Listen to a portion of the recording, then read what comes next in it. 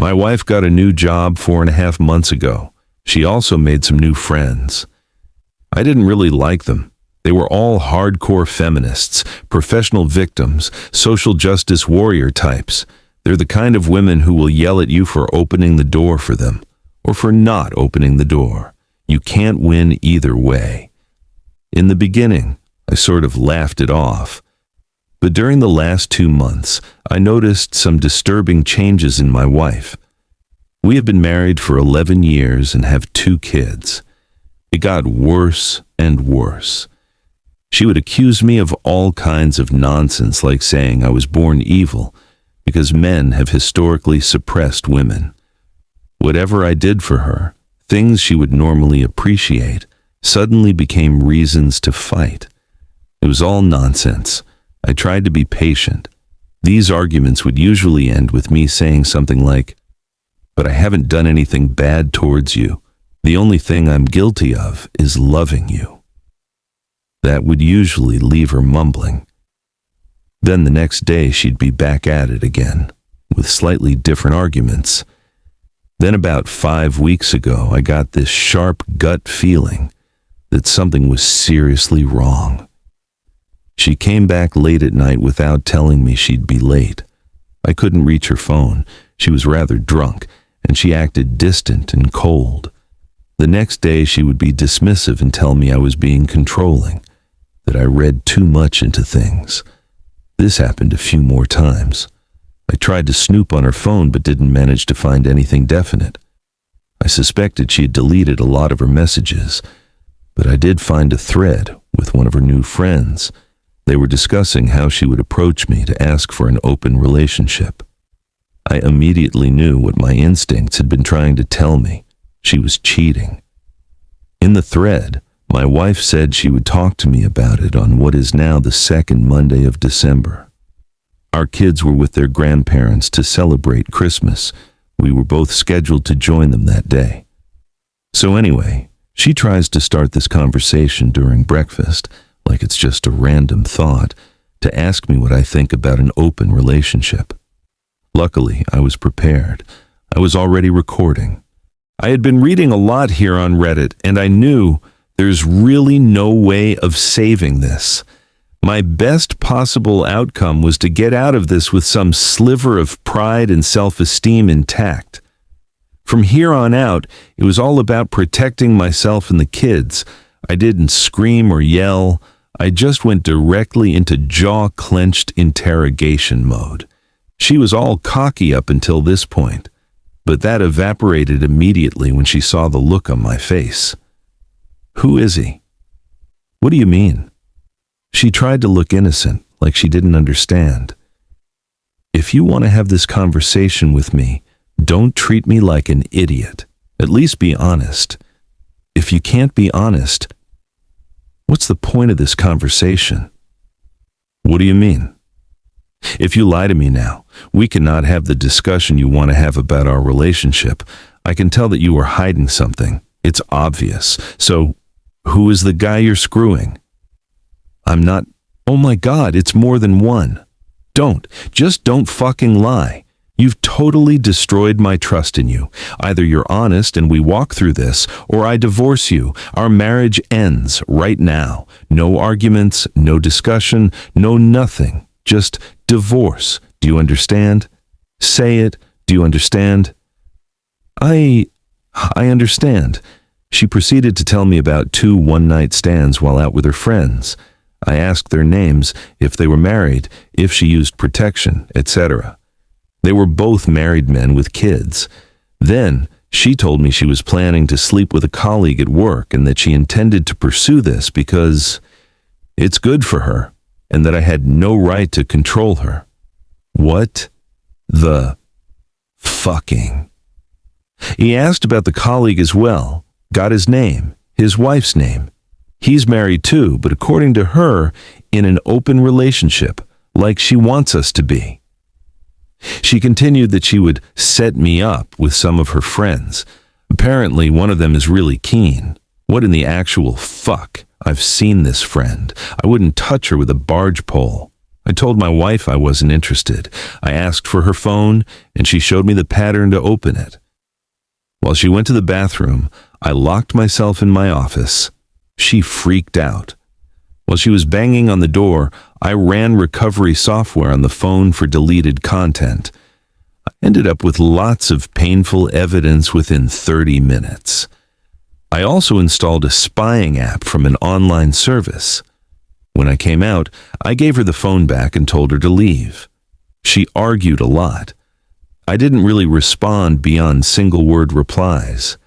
She didn't seem remorseful at all. Through all of this, she was yelling at me that I was acting controlling, holding her back like men always held women back, that I never loved her, that she had every right to do this, that she expected me to just accept it, that it wasn't a big deal, etc. I didn't argue back. I hardly said a word. I just packed her stuff while she circled me, yelling. I ended up at the front door where I just stood silently until she ran out of steam. In the end, she reluctantly went to her parents' house. On her way down the stairs, I told her she was single now, so she could do whatever she wanted. I wasn't controlling her anymore. My lawyer would be in touch in January. When she turned to respond, I just slammed and locked the door. Later, I watched as she discussed everything with her friends. They were telling her how strong she was, encouraging her to demand what she was entitled to, that she deserved better than me. They said it was just empty threats from my side, that I wouldn't go through with it. You want to bet?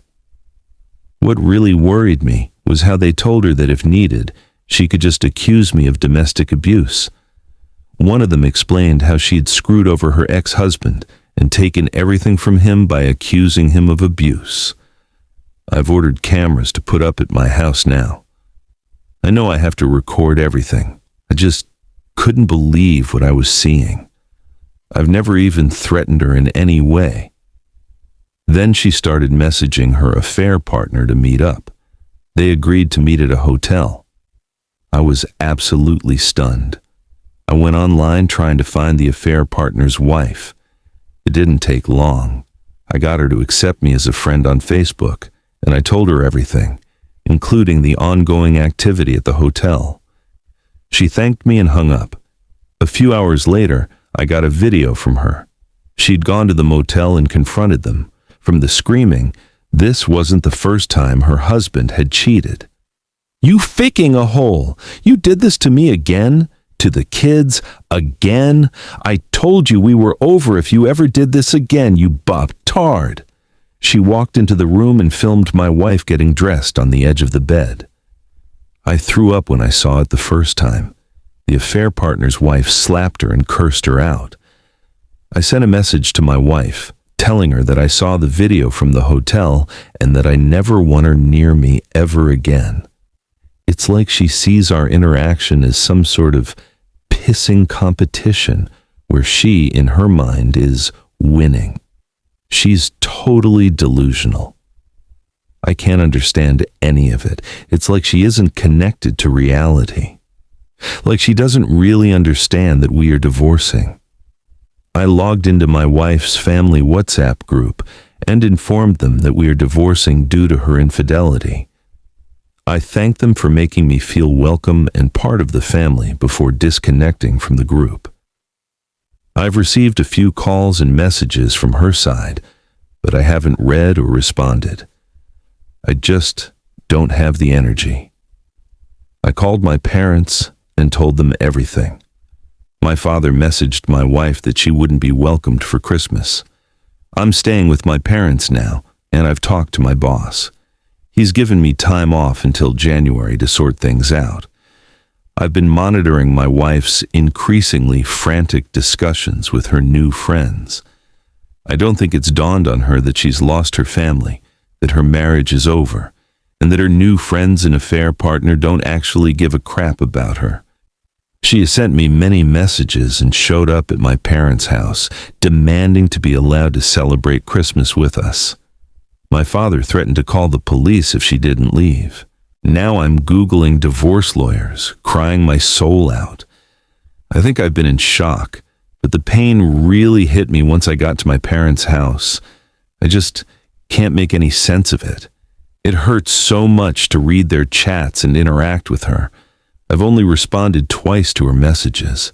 The first time I said, "It doesn't matter what you say. I don't know who you are. You're not my wife. My wife would never destroy my heart and soul while smiling. We will get a divorce. I don't care what you say or what you want. You have no influence or right to demand anything from me ever again. We are over." The second time I wrote, "Like I said, you are not my wife. I don't know you. My wife would never condemn our children to the pain and suffering of growing up in a broken home. You, whoever you are, seem to be proud of what you've done. My wife was loving, caring, considerate, my best friend. You are a self-obsessed, self-absorbed abomination." The messages stopped after that last one. The pain is absolutely unbearable at times. I wish this never happened. I wish I could get back with her like before, but I just can't do that to myself.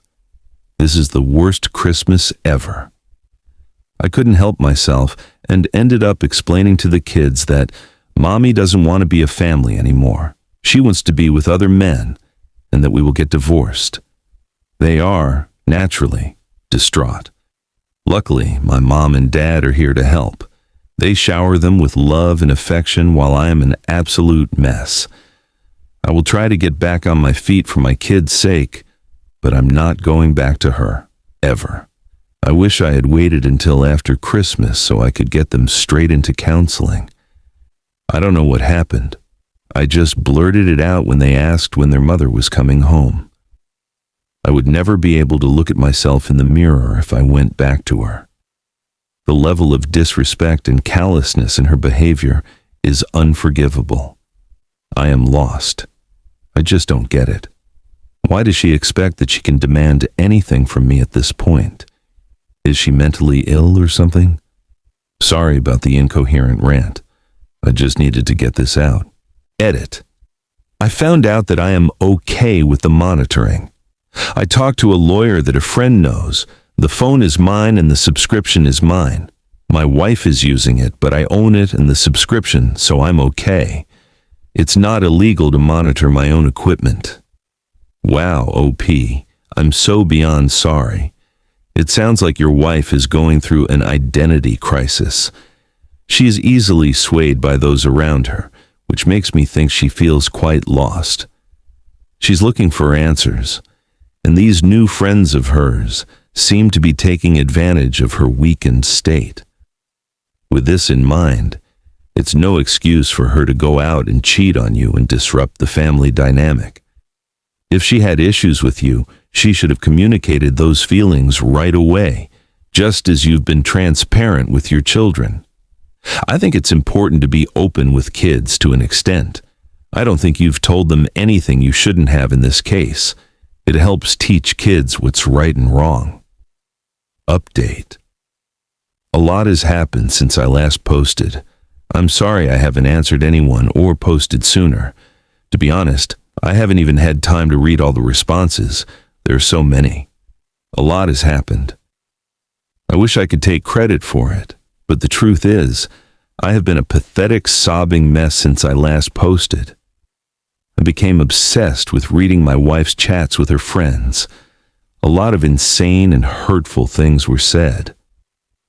What finally broke me was when my soon-to-be ex-wife described in very harsh language how her marriage, and especially her children, were a burden in her life, that they prevented her from being a successful woman, from living up to her full potential.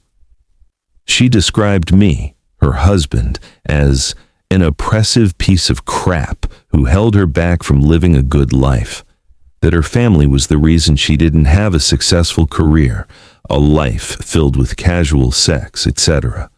I just broke. I couldn't handle it. I spent the next 30-plus hours reading and rereading every line of every email and chat over and over again. Looking back, she didn't provide any details about how we were a burden or how I was oppressing her. No examples, no reasoning, just blanket statements. In reality, I never stopped her from doing anything. I paid for almost everything. The minimum wage she earns from her part-time job wouldn't be enough to support anyone, realistically. I supported her hobbies, her dreams and aspirations, even when she signed up for ridiculous classes, then dropped out halfway through. Every time. I made sure to show her I loved her every day and appreciated everything she did for the family. I romanced her, took her out. I was there for her whenever she needed me. I mean, if this is what oppression looks like, I'll take more of it, please. Anyway, at some point during my obsessive reading, I just passed out. When I woke up, my 3 best friends were in the kitchen with my dad making dinner. I've known these guys since childhood. Let's call them Mike, Bob, and Frank. My dad had called them, brought them up to speed. I broke down again. I was completely out of it until Friday evening. Mike is ex-military. He lost his left arm below the elbow. We were all there for him during recovery, especially when his wife bailed on him. Thankfully, they didn't have children. Mike later adopted 2 kids and met a wonderful girlfriend. He's doing okay now. He set up a Zoom call with his counselor, the same one who helped him after his injury. Even though the counselor specializes in amputees, he helped me a lot in understanding what was happening to me emotionally. He told me to see my soul, identity, and spiritual self as being heavily tied to my marriage and role as a husband. That part of me is now dead. And just like amputees suffer phantom pain from a missing limb, I'm feeling phantom pain from a dead part of my identity. We spent hours talking. I've been steadily improving since. Bob is an executive at some IT security company. He never talks much about his job, but he's very well off. Bob called a law firm that his company keeps on retainer. By Sunday morning, I was talking to a lawyer I could never afford in my wildest dreams. Bob has always been a huge nerd. He was bullied a lot. He told me not to worry about the legal fees. He said, "I'm happy to finally repay you for all the beatings you took from me in school." Frank is a teacher at a private school. He's married and has, get this, 7 children. My kids love him and his family to death. Frank has been looking after my children while I try to get back on my feet and organize everything. Yesterday was hectic. It started with an STD screening early in the morning. The results? She gave me chlamydia. I have to do another screening in 6 months. My self-pity quickly turned into pure F-King. Rage. After I found out, that was it. The gloves came off. Full custody. I'll give her nothing if I can help it. The lawyer managed to track down the ex-husband of my wife's feminist friend, the one who bragged about how she destroyed him. It was apparently easy to find him through court records. I talked to him on WhatsApp. He thanked me and told me everything this harpy did to him. Now I know what to expect from my soon-to-be ex-wife. It was sickening. I was ready for a fight. After that conversation, I was preparing for war. It was heartbreaking hearing how he'd been homeless, how he hadn't seen his kids in 4 years, all based on her lies. I accept that I'm at a disadvantage as a man in family court. But I'll be ready. I'm gathering tons of evidence. My lawyer even suggested filing a preemptive restraining order, due to my wife's hateful and aggressive comments about men in general, especially for our son's sake. Growing up with an openly anti-male parental figure is damaging. So I said, go for full custody. Do it. She expects to be served the restraining order today. I had a Zoom call with my soon-to-be ex-wife. Keep in mind, she hadn't reached out to me at all since she showed up at my dad's house to argue. She hadn't contacted the kids either. So clearly, she doesn't care about any of us. The call was absolutely bizarre. She was all made up, showing cleavage, clearly trying to look her absolute best. I haven't seen her this dolled up in years. Throughout the entire conversation, she kept trying to bait me into a fight, trying to get me angry. But I managed to stay cool. My lawyer had advised me on exactly what to say and ask for. Apparently, it's very positive in court if you attempt an amicable divorce before filing for a contested one. I also told her I was recording, and I was. She didn't disappoint. She started the call with the most absurd thing imaginable. There are two types of penises, one that stays roughly the same size whether it's erect or not, and another that shrinks and grows. What? The, actual fuck? Who opens a call with their husband like that? She then mused about how excited she was to get out and investigate this more in person once the restrictions lift. I just responded, "I'm not interested in your hobbies. I only want to discuss our divorce." She became openly hostile when I didn't take the bait. At one point, she said she was going to the bathroom and muted herself. But I watched as she conferred with her friends about how to handle me. She cursed me out for nothing more than being a man several times during the call. The entire time, I had this strange feeling that she saw this as some kind of game, that she was in control, that I had no choice but to give in to anything she wanted. We made zero progress on the actual divorce, so I told her, "Fine, I'll file for contested divorce," and then I dropped this on her. "By the way, you gave me chlamydia, and unlike you, I haven't been sleeping with anyone else. So you better get yourself to the clinic." She just frowned at me like, "Yeah, right, I don't believe you." I seriously have no idea what's going on in her head. And at this point, I no longer care. I sent the recording to my lawyer. She was shocked, to say the least. Everyone thinks my wife has lost her mind. Since I own her phone and the subscription, I can legally use the chat logs in court. Turns out it's completely legal to monitor my own device as much as I want. After our call, there was a frantic discussion among the harpies, but I finally stopped caring what they talked about. My lawyer's confident we'll win, unless I've left something important out. So here we are. It still hurts. But now I can treat it like phantom pain, the kind you get when a limb is gone. I've abandoned feeling sorry for myself. I'm going for the jugular now. No prisoners. I need to protect myself and my kids. I'm good. My kids will be fine. I'll make sure they get as much therapy as they want. My soon-to-be ex-wife will soon be a distant memory, and I'll start building a new, better life. Update 3. Sadly, the bizarre situation continues. The meeting with my lawyer and my soon-to-be ex-wife took place yesterday afternoon. She showed up 30 minutes late. She didn't bring a lawyer. Instead, she claimed she didn't need one, and instead brought one of her harpy friends. Let's call her Henrietta. My lawyer gave me very strict instructions on how to behave. Don't react negatively no matter what they say. Respond in a non-confrontational way. If she placed both hands flat on the table, I had to say nothing at all. So they walk in, no masks of course, and immediately Henrietta tries to insult me, provoke me, wind me up. My wife does the same.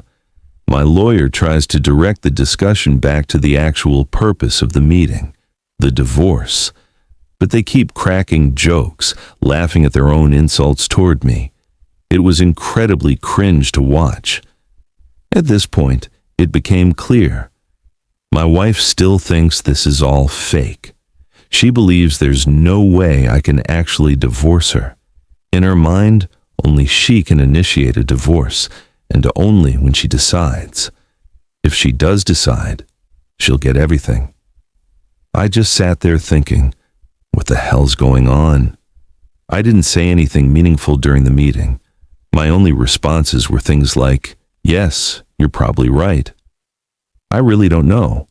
Finally, they started to lose momentum.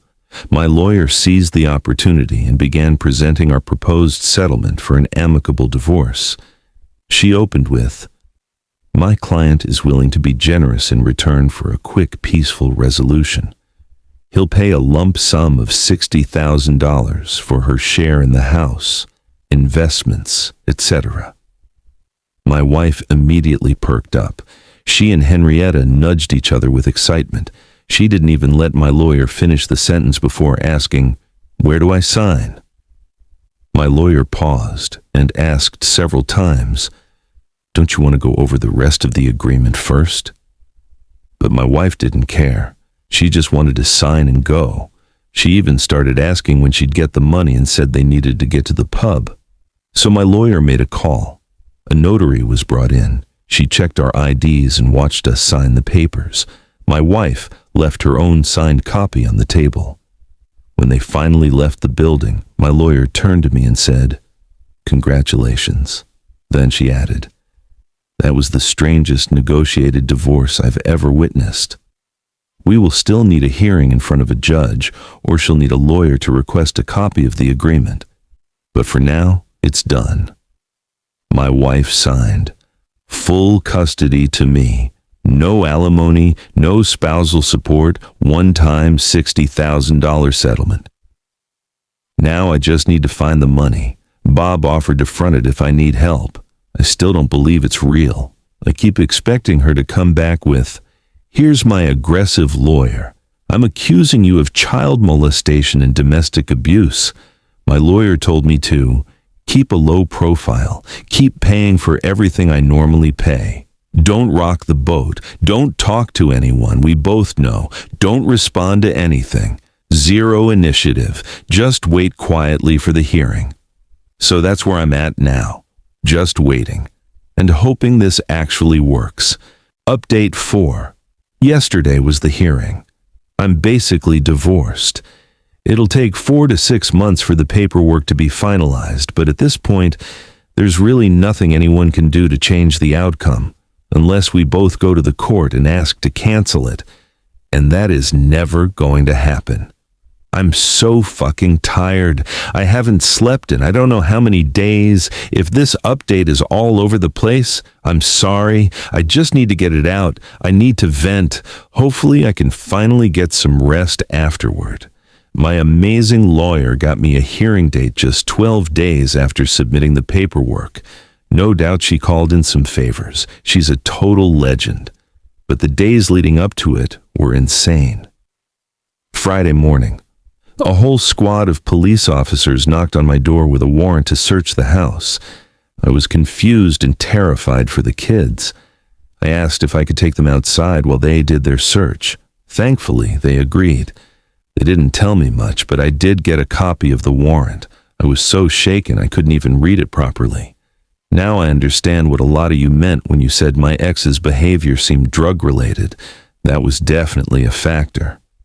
The cops started trashing my house, searching every inch. I called my lawyer, but the warrant was valid, so there was nothing she could do in the moment. I didn't think about it at the time, but thankfully, I have cameras everywhere now. In case I ever get wrongfully accused, I have video and audio of everything, so if I want to file a claim later, I can. Still, I don't know if I have the energy. Maybe I'll just draw a line under it and move on. Later, I found out the truth.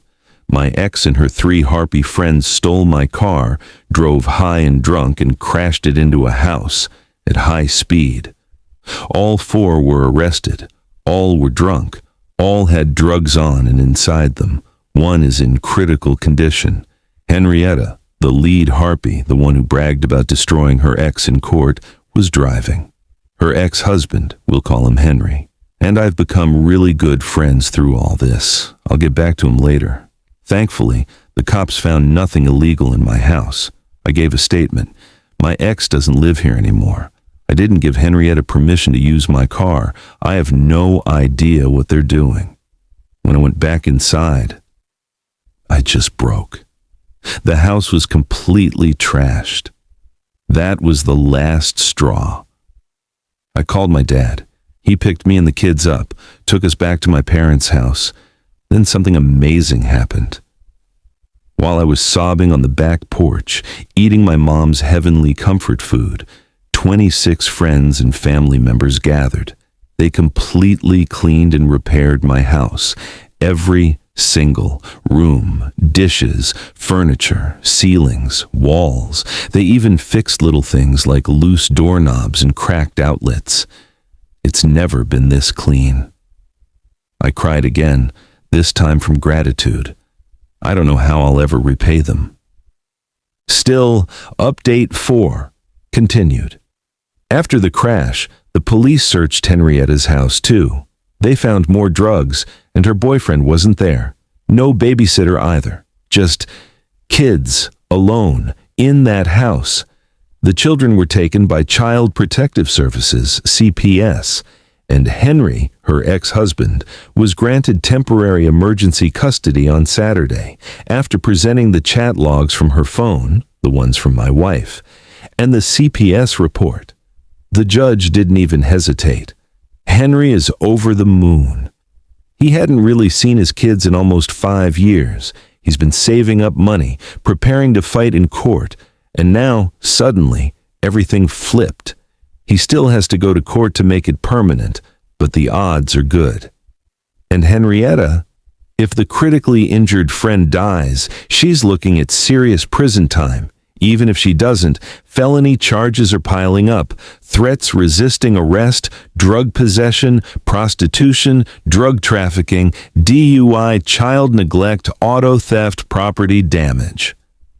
It's a long list. Meanwhile, Bob, my awesome friend, set Henry up in a rental apartment through a friend of his.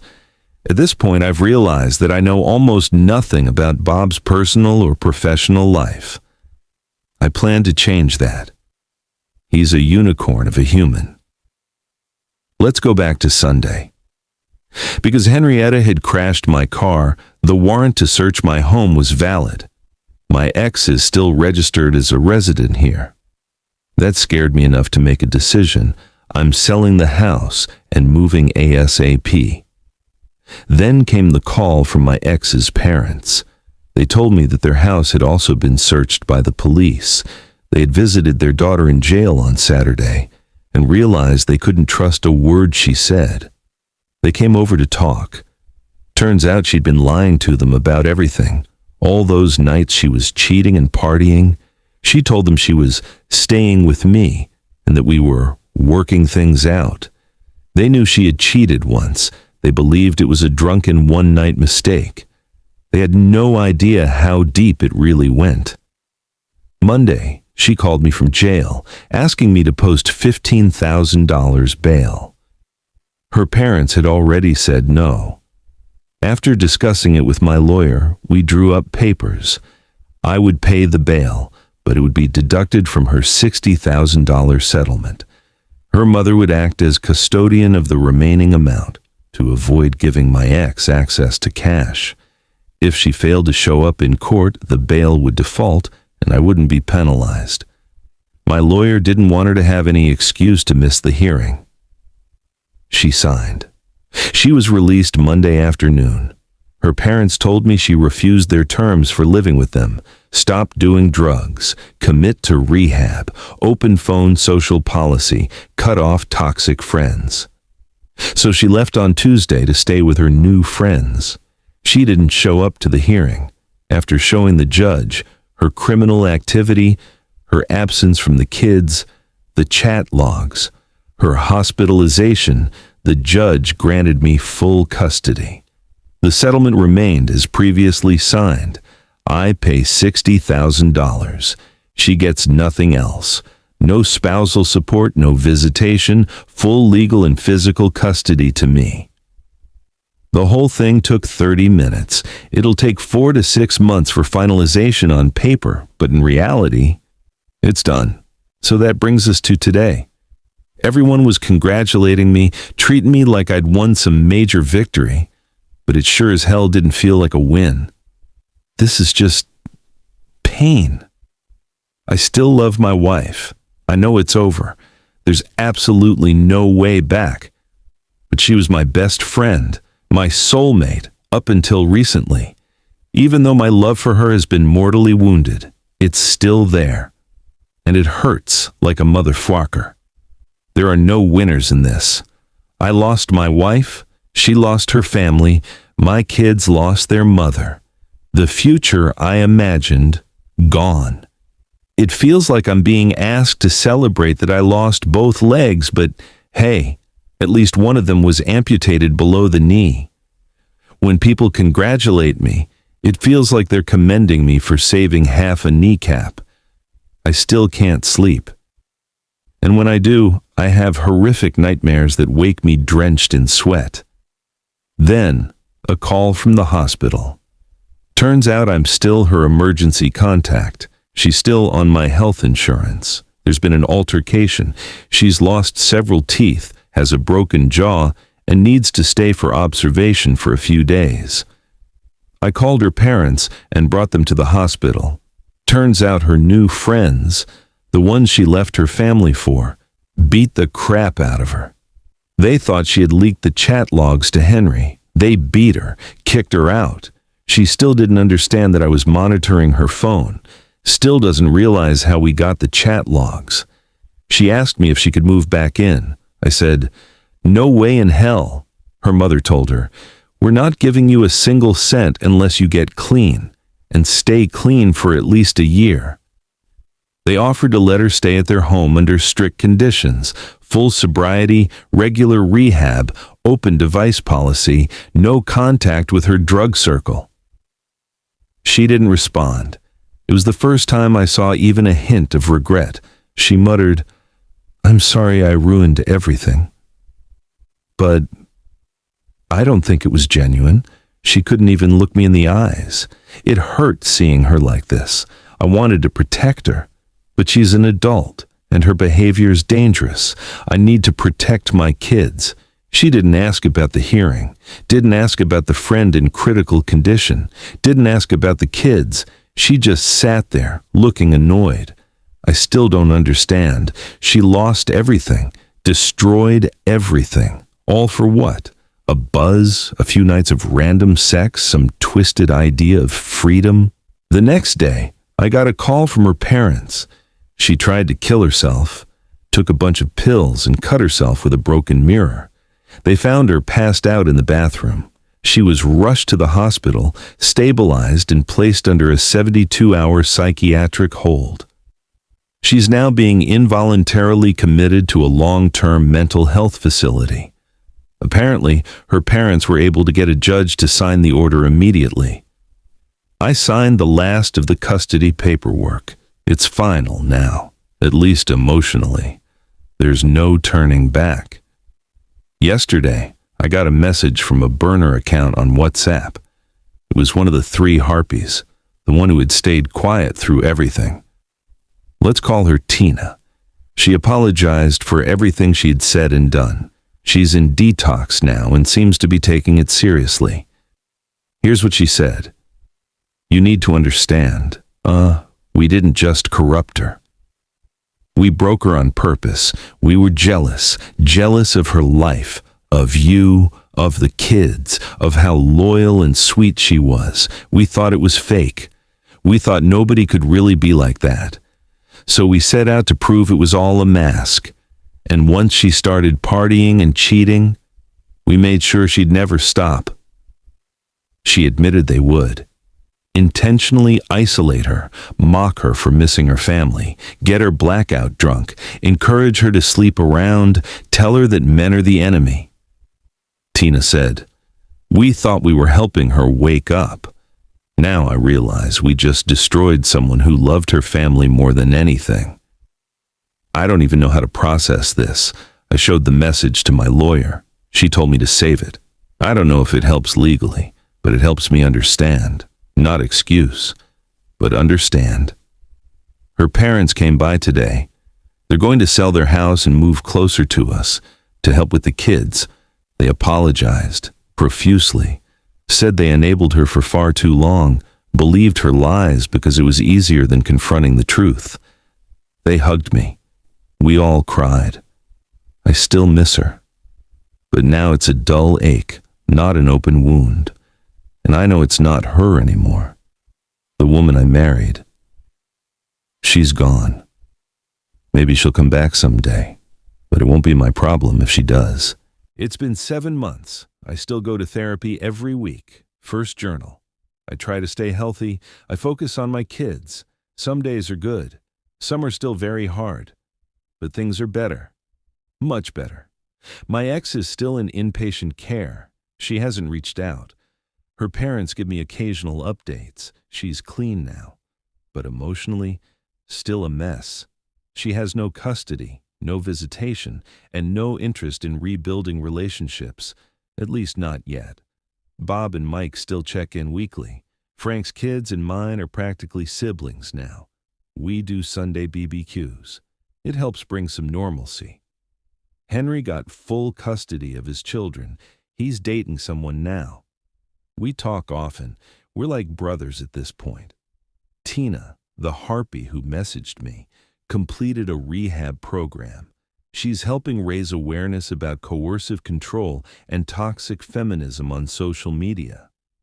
She hasn't contacted my ex, out of respect, but she sends updates through Henry. She says she'll carry the guilt forever, but hopes to do some good with it. The house I lived in? Sold. I bought a new place in a quieter area, near nature, smaller, simpler, but peaceful. My daughter asked me the other day, "Will Mommy ever come back?" I said, "I don't know, sweetheart, but we'll be okay no matter what. And we will." Some people say, "You dodged a bullet." I took the bullet.